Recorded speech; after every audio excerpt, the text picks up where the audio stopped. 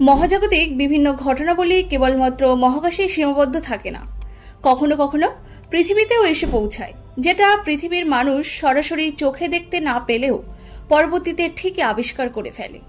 এই ধরনের ঘটনাবলীর মধ্যে অন্যতম মহাজাগতিক ঘটনা উল্কা বা তারা খসা। এই উল্কা আসলে কি? উল্কা হলো একটি ছোট্ট পাথরে বা ধাতব বস্তু, যা কিনা ধূমকেতুর অংশবিশেষ।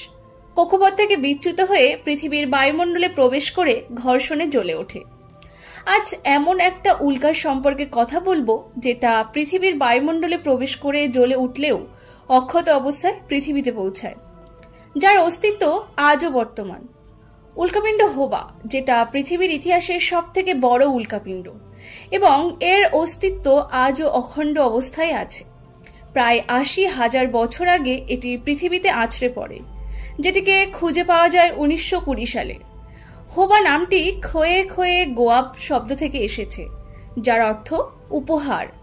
নামিবিয়ার অটোজোজন্ড জুপা অঞ্চলে উল্কাপিণ্ডটি পাওয়া যায়। ১৯৮৭ সালে বিশাল আকার উল্কাপিণ্ডটিকে ঘিরে বসার জায়গা তৈরি করা হয়েছে এবং ২০১৪ সালের পর এটি দর্শনীয় স্থান হয়ে ওঠে। অনুমান করা হয় পৃথিবীর বায়ুমণ্ডল বস্তুর গতিকে প্রভাবিত করে, তাই এটি বায়ুর সঙ্গে ঘর্ষণে গতি হারায় এবং মাটিতে গর্ত না করেই অবস্থান করেছে। নামিবিয়ার একজন কৃষক জমি চাষ করতে গিয়ে এটিকে দেখতে পান। হোবা খামারে পাওয়া যায়, তাই এর নাম হোবা উল্কাপিণ্ড। এটি মূলত আয়রন দিয়েই গঠিত। পতনের সময় এর ওজন ছিল প্রায় ৬৬ টন। ক্ষয় পেয়ে বর্তমানে ওজন অনেকটাই কমেছে। ধন্যবাদ সুপ্রিয় দর্শক মণ্ডলী, ভিডিওটি প্রথম থেকে শেষ অবধি দেখার জন্য আপনাদেরকে অসংখ্য ধন্যবাদ।